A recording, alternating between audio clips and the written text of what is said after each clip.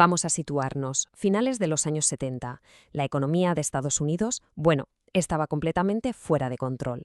La inflación por las nubes, la confianza por los suelos. Hacía falta algo drástico, un golpe de timón.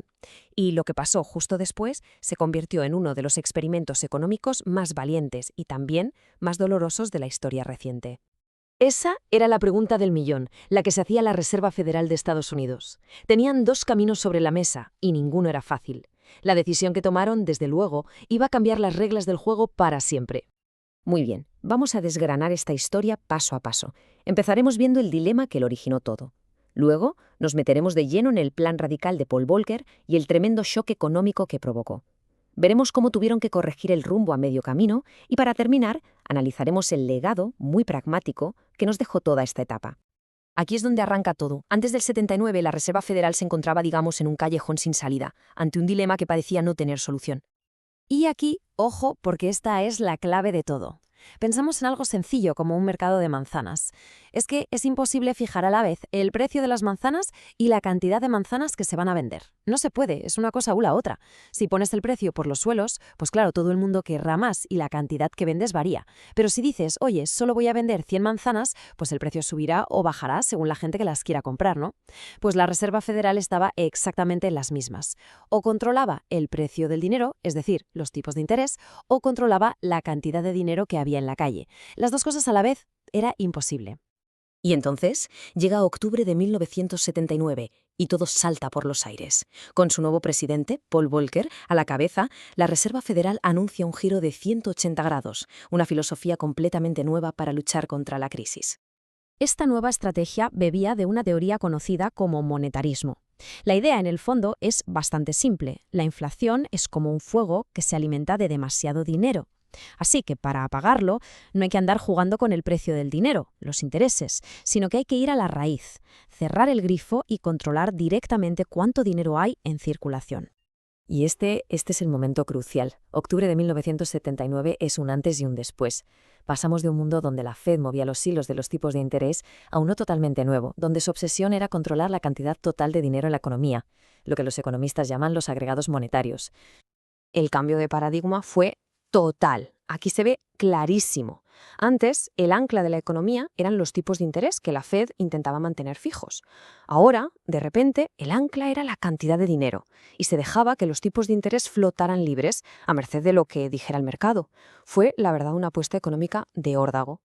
Y claro, esa apuesta tuvo consecuencias, y fueron inmediatas y profundas. La nueva política fue como una terapia de shock para la economía, una medicina muy amarga, sí, pero según sus defensores era absolutamente necesaria. El periodo que vino después fue literalmente un campo de batalla económico. La Reserva Federal, con Volcker al mando, se embarcó en una guerra sin cuartel contra la inflación. Daba igual lo que costara. Y el coste se notó al instante. En cuanto soltaron las riendas de los tipos de interés, se dispararon a lo loco.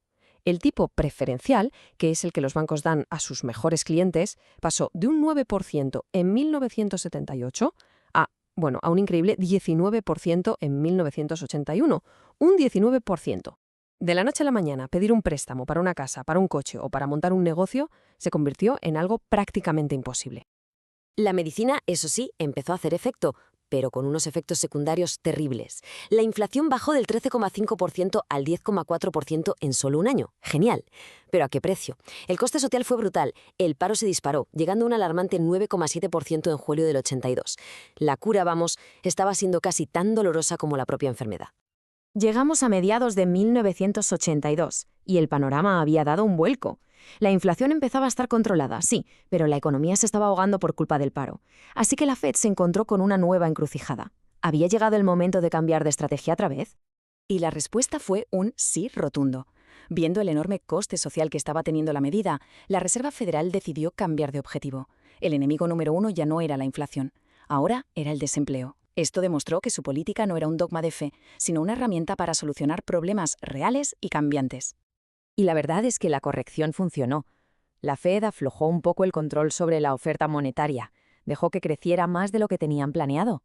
¿El resultado? Los tipos de interés empezaron a bajar.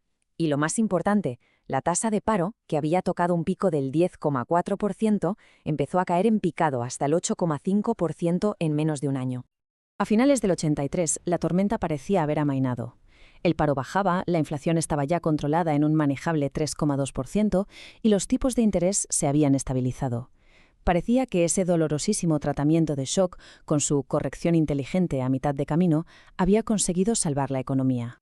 Entonces, ¿con qué nos quedamos de todo esto? ¿Cuál es el legado? Pues la era Volcker no nos dejó una única teoría económica grabada a fuego, sino algo mucho más flexible y práctico. Una lección forjada en el calor de la batalla.